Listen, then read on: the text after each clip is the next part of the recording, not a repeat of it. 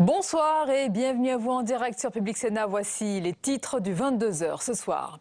Regain de tension en Ukraine. La situation est extrêmement tendue à Kiev après l'assaut lancé contre les manifestants. L'opposition au pouvoir annonce plusieurs morts et une centaine de blessés. Nous serons en direct dans quelques instants avec notre envoyé spécial, Jérôme Rabier.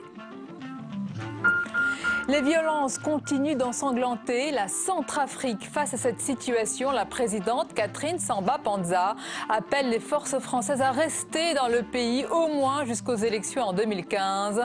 L'intervention sangariste prévue au départ comme une opération coup de poing pourrait donc se prolonger encore. Analyse de la situation avec le grand reporter au Figaro, Renaud Girard. À la Grande Mosquée de Paris, François Hollande a rendu hommage aux soldats musulmans morts pour la France lors des 2 guerres mondiales. S'adressant à leurs descendants, le président a déclaré que la France n'oubliera jamais le prix du sang versé. Extrait et réactions à suivre, notamment celle de Marine Le Pen sur notre antenne. Et puis à moins de 5 semaines des élections municipales, le 22h inaugure ce soir le premier duel d'une série qui va s'étaler jusqu'au scrutin. Le premier face-à-face est consacré au thème de la sécurité. C'est un enjeu majeur de ces élections. Augmentation des cambriolages, rôle de la police municipale, citoyens vigilants et actes de délinquance en milieu rural. Nous parlerons de tous ces sujets tout à l'heure. Enfin, à Sochi, l'équipe de France ajoute 3 médailles à sa collection. Pierre Voltier réalise un exploit en snowboard cross malgré une blessure au genou en décembre dernier. Kevin Rolland décroche le bronze en ski halfpipe et le pourvoyeur de médailles Martin Fourcade est passé à rien d'un 3e titre et rapporte l'argent. Voilà pour le programme de votre 22h. Merci d'être en notre compagnie ce soir. Nouveaux affrontements dans la capitale ukrainienne entre les manifestants anti-Yanukovych et les forces de l'ordre. Après une courte période d'accalmie, Kiev est de nouveau secoué par les violences. La police a investi ce soir la place de l'Indépendance. L'opposition déplore de nombreux morts et une centaine de blessés. On voit tout cela avec Julie Hulin. Au moins 9 morts et plus de 200 blessés. Après quelques semaines d'accalmie, Kiev est à nouveau secoué par des violences meurtrières. L'opposition avait pourtant promis une offensive pacifiste. Un rassemblement de 20 000 personnes en direction du Parlement qui devait examiner une réforme constitutionnelle réduisant les pouvoirs présidentiels. Un défilé qui a dégénéré en affrontement. Pavés, cocktails Molotov projetés sur la police qui répond à coups de tir et de bombes lacrymogènes. Dans l'après-midi, les autorités posent un ultimatum aux manifestants invités à évacuer la place centrale de Kiev. Un échec. Ce soir, la police a lancé un assaut avec 3 blindés munis de canons à eau qui avancent sur la place tentant de repousser les protestataires. Le ministre français des Affaires étrangères, Laurent Fabius, a dénoncé un usage indiscriminé de la violence. Berlin n'exclut pas des sanctions de l'Union européenne. La diplomatie russe a quant à elle accusé les Occidentaux d'être à l'origine de la reprise des affrontements. Et nous sommes en direct sur place à Kiev avec notre envoyé spécial, Jérôme Rabier. Bonsoir. Où en est la situation en cette heure-ci sur place? Bonsoir Sonia. Alors la situation sous mes yeux, la place Maïdan, la place de l'Indépendance en flammes, tout simplement parce que les forces de l'ordre continuent d'avancer pas à pas sur cette place où ça réunit des centaines de milliers de personnes. Environ un quart de la place est déjà prise par la police, par ces berkouts, ces forces spéciales connues pour leur méthode plus que musclée et redoutée par les manifestants. Donc la moitié de la place en flammes car les manifestants brûlent des pneus pour empêcher les policiers d'avancer. Ça crée une barrière de feu pour éviter d'être repoussés plus loin et ils se préparent en cas d'assaut derrière avec boucliers, batte de baseball et cocktail Molotov. Jérôme, que réclament les manifestants ce soir? Eh bien, ce soir, ils réclament ce qu'ils réclament depuis déjà plusieurs mois, le départ de Yanukovych des élections anticipées. Mais ce soir, on a l'impression que ces questions-là, elles sont déjà derrière nous. Là, c'est difficile d'imaginer une réconciliation avec ce qui se passe. Les Ukrainiens nous le disent. Ils ne pensaient pas qu'ils pourraient aller jusqu'à ce point-là. Donc là, c'est difficile de voir une réconciliation après les événements de ce soir et les morts de la journée. Merci beaucoup Jérôme Rabier en direct donc depuis la capitale ukrainienne. Dans l'actualité aujourd'hui, l'opération Sangaris qui se prolonge en Centrafrique, entrée dans une nouvelle phase avec le déploiement de 400 soldats français supplémentaires. Cette intervention est encore loin de son terme. La présidente centrafricaine Catherine Samba-Panza appelle la France à rester au moins jusqu'aux élections, c'est-à-dire en 2015. À suivre dans quelques instants l'analyse du grand reporter au Figaro Renaud Girard sur ce sujet. Mais d'abord, le rappel des faits, c'est avec Faustine Saint-Geniès. L'opération en Centrafrique devait être brève. Elle risque de durer plus longtemps que prévu. Hier, la présidente centrafricaine Catherine Samba-Panza a dit souhaiter que l'intervention française dure jusqu'en 2015. Et le ministre de la Défense, Jean-Yves Le Drian, a réaffirmé la nécessité de prolonger la présence française lors de son audition au Sénat. L'armée française va rester dans un dispositif de 2000 ou 2100 hommes jusqu'à ce que le dispositif onusien soit mis en place. Et nous pensons que dans le courant du mois de septembre ou octobre au plus tard, la France pourra partiellement se désengager. Vendredi, Paris décide d'envoyer 400 soldats supplémentaires, ce qui portera à 2000 les effectifs français dans le pays. L'opération change de nature. Destinée à stopper les massacres au départ, elle devient un accompagnement jusqu'aux prochaines élections, comme le souhaite la présidente. Mais certains s'inquiètent d'une solitude française sur le terrain. Nous avons aussi insisté sur la nécessité d'avoir des partenaires, notamment des partenaires européens.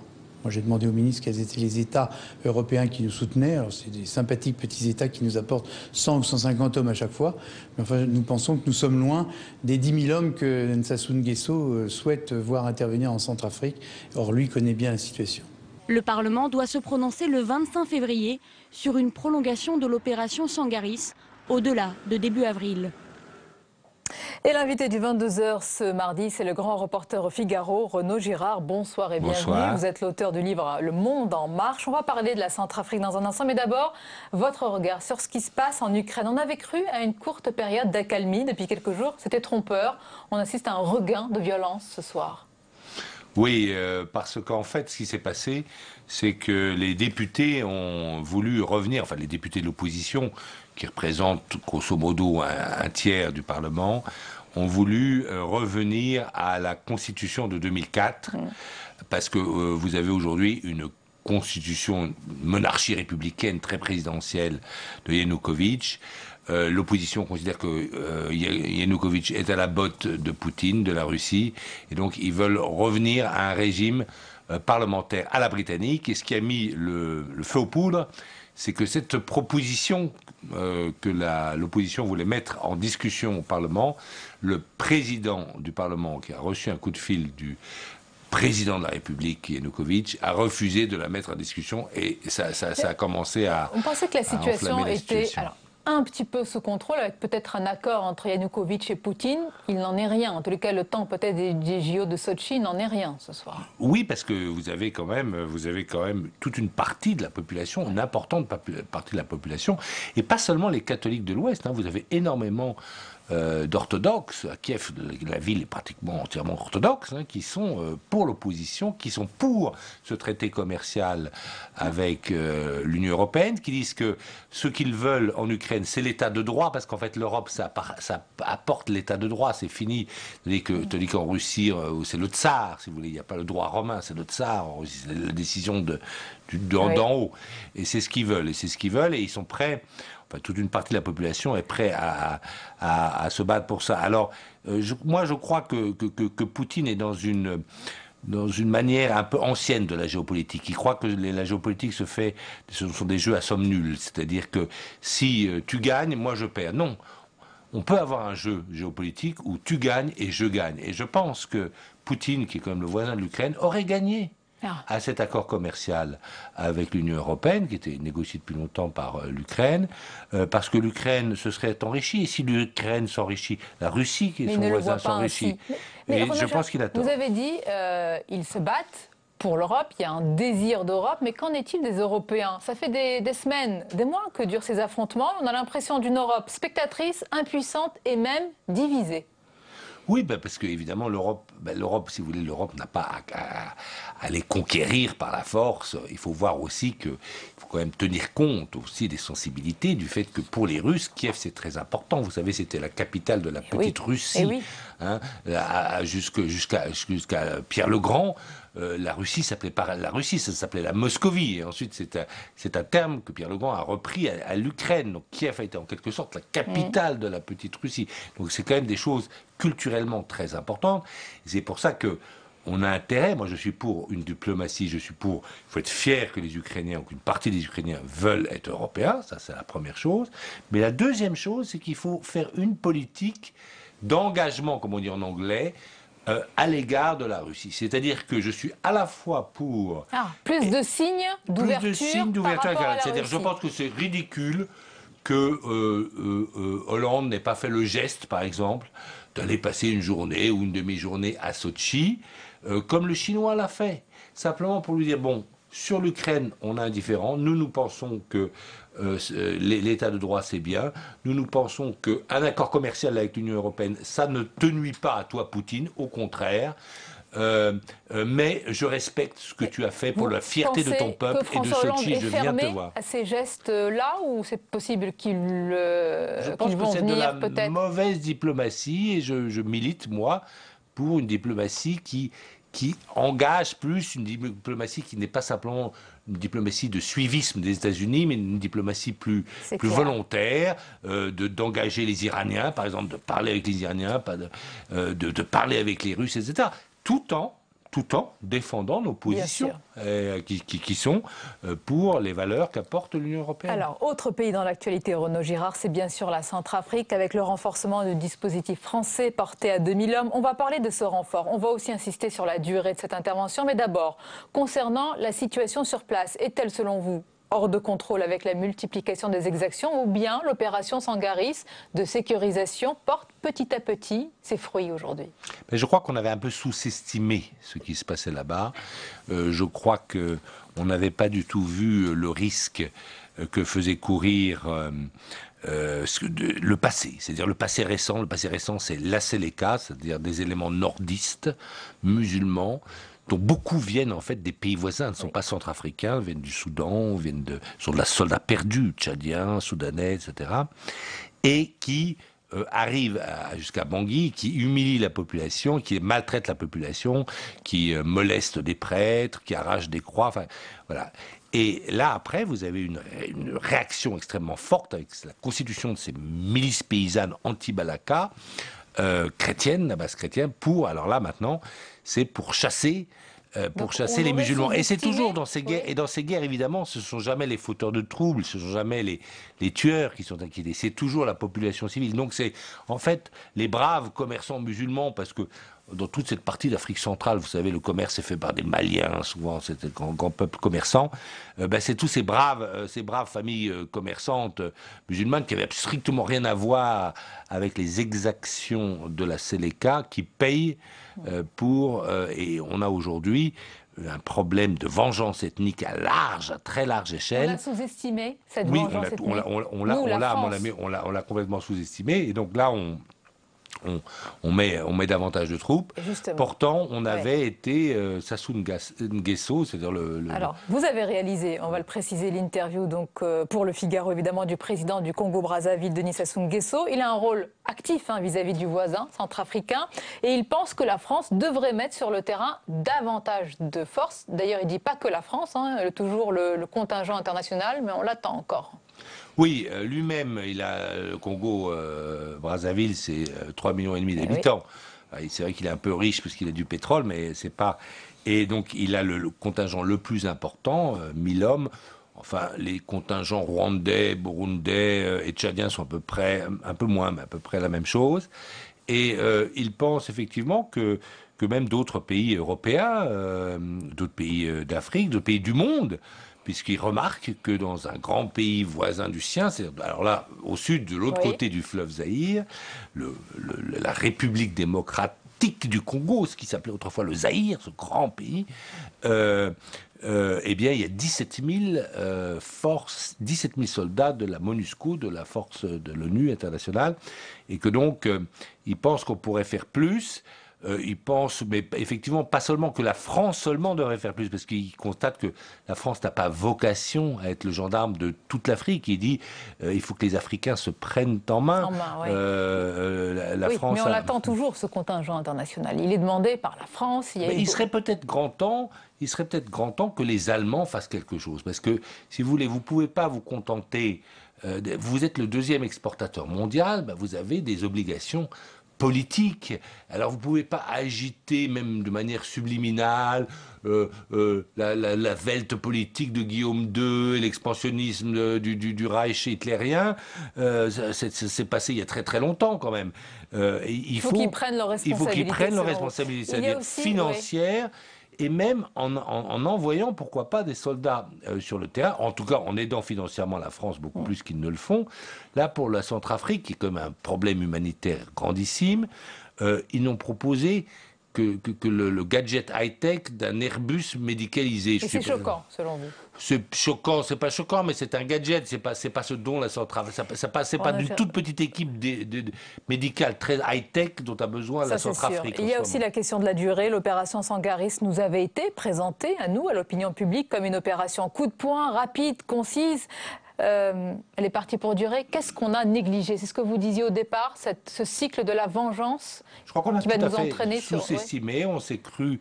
Je crois que c'est une faute là, de l'état-major, c'est une faute de l'armée, il faut appeler les choses par leur nom.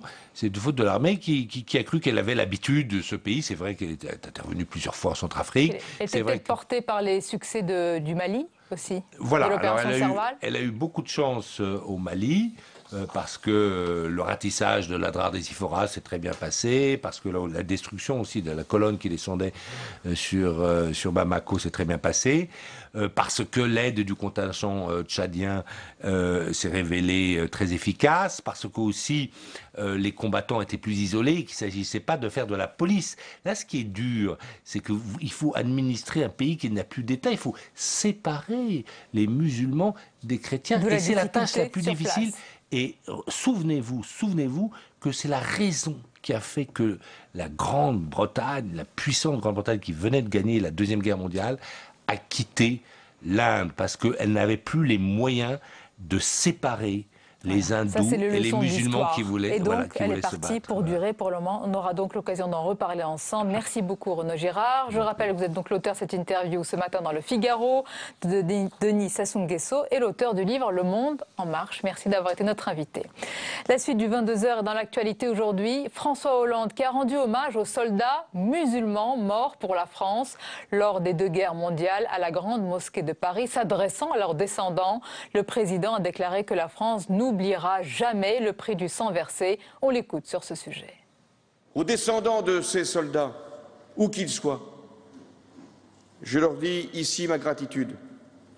À ceux qui sont en France, devenus français, pleinement français, je leur dis aussi combien ils peuvent être fiers de leur pays et de leurs parents, et conscients que la République a une dette à leur égard. Et sur ce sujet, on va écouter la réaction de la présidente du Front National, Marine Le Pen, sur notre antenne.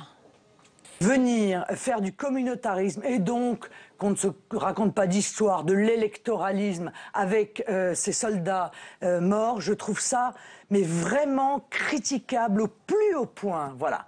Alors, ils ont notre reconnaissance comme ont notre reconnaissance tous les soldats français qui sont morts pour défendre notre pays, mais arriver à les diviser jusque dans la mort, j'avoue que je trouve ça terrifiant. Voilà, et vous pourrez retrouver l'intégralité de cet entretien juste après le 22h dans l'émission Preuve par 3. Au lendemain du rejet surprise par le Sénat d'une proposition de loi visant à interdire les OGM, le gouvernement reste bien déterminé à empêcher la culture du maïs transgénique et il promet de régler la question par arrêté d'ici la mi-mars, avant les élections. On voit tout cela avec Mounir Soussi. Une course contre la montre s'engage pour bloquer le maïs OGM en France. Le ministre de l'écologie va soutenir une nouvelle proposition de loi dans ce sens. Le revirement du Sénat, un incident parlementaire aux yeux de Philippe Martin qui n'entame pas la détermination du gouvernement. Une position purement idéologique pour le principal syndicat agricole. Je veux qu'on sorte définitivement du débat pour ou contre. C'est plus le débat aujourd'hui. Le débat, c'est qu'est-ce que peuvent amener demain des technologies de type OGM, à la fois d'ailleurs pour les plantes comme pour les animaux, mais quels sont les risques et quels sont les inconvénients. Les partisans de la culture du maïs transgénique, produit notamment par la société américaine Monsanto, souhaitent dépolitiser le débat pour l'emmener sur le terrain scientifique. Les agences ont toujours considéré, et ceci depuis 2011, que le maïs Monsanto 810 n'était pas plus, désagréable pour l'environnement que le maïs conventionnel. Des arguments rejetés par les écologistes qui mettent en avant les dangers de ces cultures pour la biodiversité. Cet épisode a au moins une vertu, il ressoude les Verts et le Parti socialiste, souvent en désaccord depuis le début du quinquennat. Pour revenir à la décision d'hier soir et à la volonté du gouvernement de bien tenir, nous évidemment en tant qu'écolos, on est sur cette ligne-là et là, pour le coup, on est fiers d'être de cette majorité et de soutenir le gouvernement. L'affaire devrait se régler au niveau européen où la France est en désaccord avec la Commission qui, elle, plaide pour l'autorisation de la culture OGM sur le continent. Ils étaient jusque-là les parents pauvres de la formation. Les chômeurs devraient pouvoir désormais mieux se former. C'est en tous les cas ce que promet le gouvernement. Les demandeurs d'emploi auront les mêmes droits que les salariés en termes de formation professionnelle. Notre journaliste Nathalie Guilloire a rencontré plusieurs profils. Vous allez voir, ils sont bien décidés à profiter de leur formation respective pour retrouver un emploi. Là, vous les connaissez vos morceaux là? Oui, je les connais. Ce morceau-là, c'est lequel là? Celui-là? Ici, tous sont en formation pour devenir bouchers. Et dans ce cours, les profils sont variés. Dorian, à 30 ans, c'est un ancien graphiste qui, avant cette formation, a connu une période de chômage. Mais pour réussir à intégrer ce cursus, il s'est débrouillé seul. C'est pas grâce à Pôle emploi que j'ai trouvé la formation. Si on ne fait pas la démarche nous-mêmes, moi personnellement, on ne m'a pas proposé d'autres formations autres qu'en graphisme. On attend que je trouve quelque chose. C'est de moi-même que j'ai pu trouver un nouveau métier. Ouais. En effet, les formations sont encore très inaccessibles pour les demandeurs d'emploi. On sépare l'épaule du collier. Et pourtant, c'est une bonne arme anti-chômage. Dorian ne se fait aucune inquiétude sur son avenir professionnel.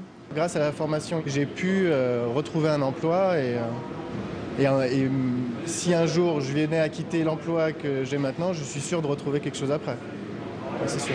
Et dans le secteur de la boucherie, il y a de la demande. La formation professionnelle est un système très prisé par les entreprises. Ils savent que dans un an, ils auront au sein de leur entreprise une personne formée.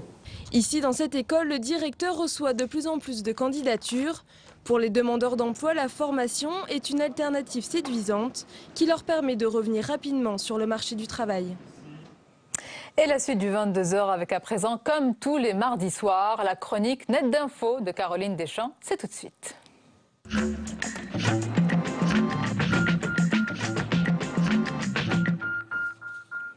Bonsoir Caroline. Bonsoir Sonia. Alors on revient ensemble ce soir sur la campagne lancée par le gouvernement pour inciter les jeunes à aller voter pour ces élections municipales. Quand Manuel Valls et Jean-Marc Ayrault veulent nous faire liker les élections municipales, le gouvernement vient en effet de lancer une campagne pour lutter contre l'abstention. Hashtag oui je vote, c'est son nom, cible particulièrement les jeunes et reprend les codes des réseaux sociaux. Un site internet dédié avec des infographies plutôt bien faites, il faut le dire, sur les changements du scrutin, les attributions du maire, la possibilité, ça c'est nouveau, de télécharger en ligne le formulaire de vote par procuration et puis des slogans. Voter, c'est tweeter en vrai. Vous aimez liker? Votez. Avec des vidéos Vine, vous savez, ces petites vidéos de 6 secondes qui sont à partager sur les réseaux sociaux. Alors le gouvernement espère ainsi, je cite, fédérer une communauté de discussion autour de ce sujet. Des spots radio seront diffusés sur 15 stations présentation du 1er au 19 mars. Et puis 3 clips sont également disponibles sur YouTube et Dailymotion. Et alors, comment cette campagne est-elle perçue sur les réseaux sociaux, Caroline? Alors, il y a Sonia qui pointe du doigt le montant de cette campagne de communication. 1 800 000 €, ce n'est pas une paille en ces temps de disette budgétaire. Ah oui. Philippe Guibert, le patron du service d'information du gouvernement, s'en défend sur Twitter, justement. Il explique que l'État a l'obligation d'informer les citoyens sur les changements du scrutin. Et il se défend en disant, je cite, « c'est un petit budget com ». Alors globalement, comme souvent sur Twitter, c'est la critique qui l'emporte. Et certains commentaires sont cinglants, à l'instar de celui de Louis Calvero qui fait un clin d'œil au tweet atomique de Valérie Trierweiler. Je cite, « Voter, c'est tweeter en vrai, courage aux électeurs qui n'ont pas démérité et vont devoir se cogner cette campagne débile ». Il faut dire que quand l'exécutif parle aux jeunes, Sonia, c'est toujours un peu périlleux, voire casse-gueule. On se souvient sous Sarkozy du site Jeune lancé par Thierry Saucé pour la coquette somme de 2 millions d'euros qui avait déclenché l'hilarité générale. Waka, c'était son petit nom. Waka avait fait pchit. Oui. Et Caroline, l'objectif, est-ce que cette campagne peut vraiment inciter les jeunes à aller voter? Alors, ce qu'il faut dire quand même, c'est que l'intention est louable. Quand on sait qu'en 2008, lors des dernières municipales, l'abstention avait connu un record, et notamment chez les 18-24 ans. Ils étaient 41% à s'être rendus aux urnes. Par contre, on peut douter sérieusement de son efficacité, notamment à travers ces drôles de messages. Donc, tweeter, c'est voter en vrai. Alors, j'ai beau retourner le message dans tous les sens. Est-ce qu'on va voter en 140 caractères? Est-ce qu'on pourra revoter comme on retweet? C'est la même chose avec le fait d'aimer une page Facebook. C'est un engagement qui est quand même minimum. C'est très, très loin du vote. Et heureusement, quand on pense, par exemple, à la page fan Facebook de soutien aux bijoutiers de Nice, qui avait recueilli 1,6 million de likes. Alors non Jean-Marc, non Manuel, voter n'est pas gazouiller, mais que cette campagne nous parle ou non, il faudra aller voter les 23 et 30 mars prochains. C'est un geste citoyen. Merci beaucoup Caroline Deschamps. On vous retrouve avec plaisir mardi prochain dans le 22h pour votre chronique Net d'Info. Et je le précise, avant pour votre émission, La politique c'est net et c'est le vendredi sur Public Sénat à 19h15. On a tous noté. Merci à vous. À moins de 5 semaines des élections municipales, le 22h inaugure ce soir le premier duel d'une série qui va s'étaler jusqu'au scrutin. Le premier face-à-face est consacré ce soir au thème de la sécurité. C'est un enjeu majeur de ces élections. Augmentation des cambriolages, rôle de la police municipale, citoyens vigilants et actes de délinquance en milieu rural. Nous allons parler de tous ces sujets dans un instant avec nos invités. Mais d'abord, le thème enjeu local, les explications de Samia Dechir. La délinquance. La sécurité. En matière de sécurité. Une réelle insécurité dans notre pays. La délinquance. Le délinquant. On l'annonce comme l'un des grands thèmes de campagne des municipales 2014. La sécurité serait au cœur des préoccupations des Français et donc des politiques. En janvier dernier, les statistiques montraient une hausse des cambriolages de 6,4% en zone urbaine en 2013. Et malgré une baisse du nombre d'homicides volontaires, ces chiffres ont fait la une du débat national. Toutes les villes qui aujourd'hui ont des problèmes d'insécurité sont des villes qui, comme par hasard, n'ont pas de caméras de vidéosurveillance, n'ont pas de police municipale. La police municipale et la vidéosurveillance, ce sont plusieurs des outils dont le maire dispose pour assurer la sécurité publique. Si ses pouvoirs restent limités, la police municipale est de plus en plus sollicitée dans des villes touchées par l'insécurité, comme Marseille, où les agents sont désormais équipés de flashballs. Je n'ai pas voulu l'armement, puisqu'encore une fois, la sécurité des personnes et des biens relève de la police nationale. Cependant, compte tenu des agressions dont sont l'objet les policiers, aussi bien de la police nationale que la police municipale, j'ai accepté les armes non létales. Assurer la sécurité, mais également prévenir la délinquance, une mission pour laquelle les maires privilégient de plus en plus la vidéosurveillance, un thème désormais au cœur des débats de campagne, comme à Paris.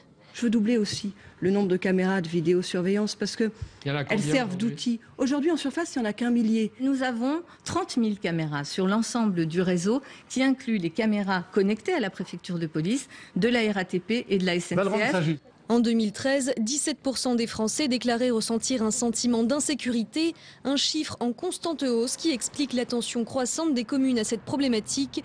Mais leur pouvoir restant limité dans ce domaine, elles n'y consacrent que 2 à 6% en moyenne de leur budget. Et je vous présente nos invités ce soir sur ce sujet de la sécurité. Avec nous, Eduardo Riancipel, bonsoir. Bonsoir. Et bienvenue, vous êtes porte-parole du Parti Socialiste. Avec nous également Bruno Bechiza, bonsoir. Bonsoir. Conseiller régional UMP de Seine-Saint-Denis. Alors messieurs, la sécurité est citée parmi les premières préoccupations des Français avec le chômage et la fiscalité. Selon vous, c'est un enjeu local ou national, la sécurité? Parce que Eduardo Riancipel, c'est d'abord l'État qui incarne l'autorité. Vous avez raison, la sécurité publique, la police, est d'abord de la responsabilité de l'État. Mais ça fait des années qu'il faut que l'on travaille et que l'État travaille en bonne intelligence avec les collectivités locales, qu'il y a des polices municipales. Et ce qui marche aujourd'hui, c'est le travail complémentaire, responsabilité d'État en matière de sécurité publique et les enjeux locaux avec les maires, et je crois que c'est la combinaison des deux qui permet de fonctionner. Je prends pour exemple, mais on y reviendra pendant le débat, la création des zones de sécurité prioritaires permet précisément de répondre à ce besoin de synergie et de dialogue et surtout d'action commune sur le plan local. Vous êtes d'accord sur cette synergie, oui, entre l'autorité de l'État et la police municipale concrètement sur le terrain? Évidemment, dans le cadre, on se rappelle tous du sondage qui dit que le maire est encore un des seuls responsables publics dont la parole a du poids. Donc dans cette campagne, il est bien évidemment hors de question de faire de la démagogie sur ce sujet-là et de mentir. Donc oui, la sécurité est un pilier régalien de l'État. Il n'empêche que bien sûr que le maire ne pourra pas contrer les mesures que prend aujourd'hui Madame la garde des Sceaux et qui fait que 65% des cambrioleurs sont systématiquement dehors. À l'inverse, il a des outils à sa disposition, que ce soit la police municipale, dont il est le patron, je le répète, c'est quand même important. Ce sont des policiers municipaux avec des pouvoirs de police, mais il est hiérarchiquement leur responsable, et pour cela, il a des outils concrets. Par exemple, quels horaires on fait faire? Quand on voit que certaines polices municipales ne travaillent que la journée, quel décalage entre l'activité des voyous qui, eux, bien souvent travaillent tard le soir, et l'activité des polices municipales la journée. C'est la faute à qui, ça? Bien sûr, le maire. Je prends l'exemple, moi je suis moi-même candidat à Aulnay-sous-Bois. Le premier geste en termes de sécurité du maire socialiste, quand il est arrivé en 2008, a été de supprimer les brigades de nuit de la police municipale, ce qui fait que la police municipale à Aulnay-sous-Bois, le matin à 8 h du matin, devant les écoles, va mettre des timbres-amendes aux parents qui déposent leurs enfants, mais à partir de 22 h, laisse tranquille les dealers. C'est un choix municipal. Oui, je vois les raccourcis de Bruno Bechiza. C'est un fait, monsieur le député. Non, je pensais que vous vouliez avoir un débat serein, de vérité. Je vois que vous êtes en campagne électorale. Non, c'est un fait. La réalité, c'est que la politique de sécurité locale ne se réduit pas à la police municipale. Je suis élu de Seine-et-Marne, je suis député de la 8e circonscription, et je suis élu municipal à Torcy. À Torcy, nous avons une police municipale avec une dizaine d'agents. On ne leur demande pas de faire le travail de la police nationale. J'ai obtenu, grâce au travail que j'ai effectué, grâce aussi à la préfète de Seine-et-Marne et au ministre de l'Intérieur, une zone de sécurité prioritaire à Torcy qui vient d'être lancée. Qu'est-ce qu'on fait concrètement si on veut dire la réalité aux Français? La police municipale à Torcy, elle fait ses tours, elle permet de régler un certain nombre de petits problèmes très bien. Mais attendez, c'est pas simplement que ça se passe bien, il y a des problèmes réel de sécurité. Je n'ai pas demandé la zone de sécurité, zone de sécurité prioritaire par hasard. C'est parce qu'il y a des sujets qui se passent dans la ville. Et il faut les régler. Et j'appartiens à une génération d'élus et de jeunes socialistes, mais pas simplement jeunes, pour qui la sécurité n'est plus un tabou. Nous allons, par exemple, grâce au maire de Torcy, Guillaume Le Lafelzine, mettre de la vidéosurveillance à Torcy. On va élargir à Torcy, voilà. mais... La zone de sécurité prioritaire est très intéressante. Pourquoi? Parce que vous ne faites pas travailler que la police municipale. Vous mettez les douanes, l'éducation nationale, la justice, les associations, les bailleurs. C'est ce travail fin, ciblé, intelligent, avec tous les acteurs qui participent de la sécurité publique qui permet d'avancer. C'est ce que vous n'avez pas fait sous Nicolas Sarkozy. Vous vous êtes contenté de supprimer 13 000 postes de policiers. Nous en rétablissons 10 000. Et maintenant, on travaille en intelligence avec les territoires. Ça y est. Depuis 18 mois, on a perdu. On n'a plus la présidence de la République, on n'a plus le Sénat, on n'a plus l'Assemblée nationale, on n'a plus les régions. Donc arrêtons à chaque fois de culpabiliser la droite. Moi, ce que je sais simplement, politique contre politique, comment aujourd'hui, alors que le ministre de l'Intérieur lui-même parle d'explosion du nombre de cambriolages, parle de 11% d'augmentation des vols à la tire. Vols à la tire, concrètement pour les téléspectateurs, malgré qu'ils ne soient pas comptabilisés dans les vols avec violence, c'est ce qui fait qu'une grand-mère dans la rue se fait arracher son collier en or parce qu'il est facile de le revendre dans la petite boutique qui s'est ouverte au coin. Comment aujourd'hui se dire satisfait de cela? Non, je suis d'accord avec vous. Il faut que toutes les forces travaillent en complémentarité, coproduction de sécurité, État... des zones de sécurité prioritaires je vais mises vous en place par Manuel Valls. Est-ce que vous pensez que c'est bien ou c'est pas bien? Je vais essayer d'éclairer les téléspectateurs. Manuel Valls est venu justement en Seine-Saint-Denis, il y a 15 jours, voir la zone de sécurité prioritaire d'Aulnay-sous-Bois, le Gros-Saulx. 34 000 € par jour de stupéfiants, le quartier du Gros-Saulx. Ça n'a absolument rien réglé parce que les dealers sont des businessmen. Aujourd'hui, je le répète, non mais c'est là où on ne doit pas mentir. Quand a été lancée la si vous le permettez, je ne vous ai pas coupé, monsieur le député. C'est là où on ne doit pas mentir. Un maire peut faire des choses. On a parlé tous les deux. Une mise en place d'une police municipale efficace avec des horaires adaptés, la mise en place d'une vidéoprotection adaptée aux faits de délinquance sur une cartographie et reliée à un centre de surveillance urbain, l'application de la loi de 2007. Combien de maires de gauche n'appliquent pas la loi de 2007? Vous savez, celle qui permet à un maire de faire un rappel à l'ordre à un gamin et de convoquer ses parents, et aussi de travailler avec les bailleurs. Quand certaines... Laissez-moi finir pour éclairer le téléspectateur sur cette loi qui existe depuis 2007. Certains maires le font, d'autres maires ne le font pas, ne l'appliquent pas. Alors que là, on est dans de la prévention. On ne va pas vous demander les noms, mais c'est étonnant que certains maires n'appliquent pas la loi. Je peux vous donner des cas concrets, justement. Combien, je pose la question, et vous aurez peut-être la réponse sur les réseaux sociaux, combien de rappels à l'ordre ont été faits depuis ce mandat en Seine-Saint-Denis, par exemple à Aulnay-sous-Bois? 0. J'ai bien compris que vous étiez en campagne à Aulnay-sous-Bois. Parce qu'on essaye de répondre. Comment voulez-vous faire de la gloriole alors que vous avez des victimes qui nous regardent, qui tous les jours sont victimes de cambrioleurs, qui tous les jours sont victimes de tireurs à la tire? Mais moi aussi j'ai beaucoup d'humilité. Je ne vous ai pas dit que c'était mieux avant. Je pense que c'est un sujet sur lequel il faut être très humble, monsieur le député. Je suis très humble. Je vous donne un exemple. La ZSP à Torcy vient d'être lancée. J'étais à la réunion de lancement et je sais que ça apportera des résultats. Et d'ailleurs, les attentes et la satisfaction des habitants, rien qu'avec l'annonce, elle est déjà très importante. Je vous donne un exemple. Vous sentez qu'il y a un sentiment de immédiatement, je vous donne. Je suis allé sur le marché. Il y a eu un article dans la presse. L'effet d'annonce. Il y a eu dans la presse des articles. Comme pour le Bruno Béchiza. Permettez, je vais vous donner des chiffres qui vont vous permettre d'être rassurés sur le résultat des ZSP. On a fait le lancement de la ZSP avec le maire Guillaume Lelay-Felzine, avec Madame la préfète, à la sous-préfecture de Torcy. Il y avait tous les acteurs. Et un article de presse sort le lendemain dans la presse locale. Dès le samedi au marché, les gens sont venus m'en parler. C'est très bien ce que vous faites, monsieur le député, avec le maire. C'est bien de s'occuper de notre sécurité. On est content, on ne se sent pas stigmatisé, on veut régler les problèmes avec des solutions. Je vous donne donc les solutions. Dans une autre ville de Seine-et-Marne, à Savigny-le-Temple, au cœur de Seine-et-Marne, vers Sénart, eh bien, la ZSP a été parmi les premières lancées au mois de la fin de l'année 2012. Alors là, on a dû reculer. Vous voulez un résultat? Oui, je vous donne les résultats que donne la presse locale pour dire un peu d'éclairage sur celle de Torcy. Eh bien, en un an, la ZSP de Savigny-le-Temple, les vols violences et vols à l'arraché ont diminué de 55%. Les dégradations ont diminué de 26%. Non, il reste encore beaucoup, mais les cambriolages ont aussi diminué de 23%. Et c'est vrai que les cambriolages, quelque part, ont augmenté. C'est pourquoi Manuel Valls a lancé à la fin de l'année 2013, octobre, le plan anti-cambriolage, qui a déjà apporté des résultats, puisque quand vous comparez les chiffres, quand il n'y avait pas encore le plan, il y avait plus 9% d'augmentation. Mais vous reconnaissez que c'est insuffisant. Mais c'est toujours insuffisant. Mais je vais vous dire, Sonia Mabrouk, quand il y a de l'insécurité, dès qu'il y a le moindre petit vol, la moindre incivilité, oui, c'est insuffisant. Les problèmes de sécurité existent, mais il faut que les Français sachent que les élus de gauche aujourd'hui sont aguerris, n'ont pas de tabou en matière de sécurité. On travaille avec de la vidéosurveillance sans faire d'obsession. Ce n'est pas la propriété de la droite. C'est vrai que ça a été pendant longtemps l'impensé de la gauche, la sécurité. Mais depuis le 21 avril 2002, je crois que c'est très clair, il y a toute une école d'élus socialistes qui ont appris sur le terrain et à laquelle je suis aujourd'hui l'un de ceux-là. Dans le discours, je suis sûr que vous êtes d'accord. J'ai beaucoup de respect pour le porte-parole du Parti socialiste qui est ici, parce que, respect, vous portez une charge aujourd'hui pour défendre votre parti sur différents sujets où je vous respecte beaucoup. Là, c'est l'élu local qui parle, le député de la Nation, revenons quand même sur le fond. Qui parle de choses concrètes. Et c'est là où je ne suis pas contre vous. Je vous ai donné un chiffre tout à l'heure. 65% des cambrioleurs interpellés, c'est-à-dire que là où il y a une victime qui est allée porter plainte, que la police municipale ou nationale a fait son travail, sont remis dehors. Le problème aujourd'hui, malheureusement, et c'est le complément de votre débat, enjeu local, mais aussi débat national.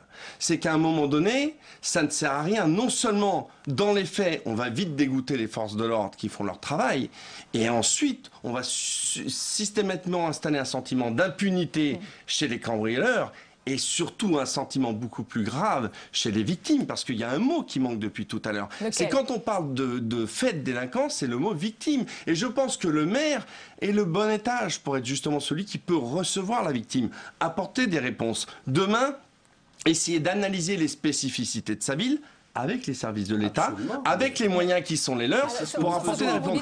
Mais là encore, non. Pourquoi j'ai salué la bonne volonté? C'est qu'on est dans le double discours permanent. Je vous donnais l'exemple tout à l'heure. C'est, vous me dites ceci, moi je vous donne des exemples concrets de villes où on dit oui, la police municipale, mais on ne l'arme pas et on ne la fait pas tourner la nuit. On met des caméras, mais on ne les relie pas à un centre de surveillance urbain. C'est ça la réalité concrète du double discours. Je vais vous laisser répondre, mais j'ai quand même un tweet d'un policier municipal qui m'alerte, mais je le savais, sur leur situation. Ils sont très en colère. Ils prévoient un premier mouvement le 4 mars et un second entre les deux tours des élections municipales.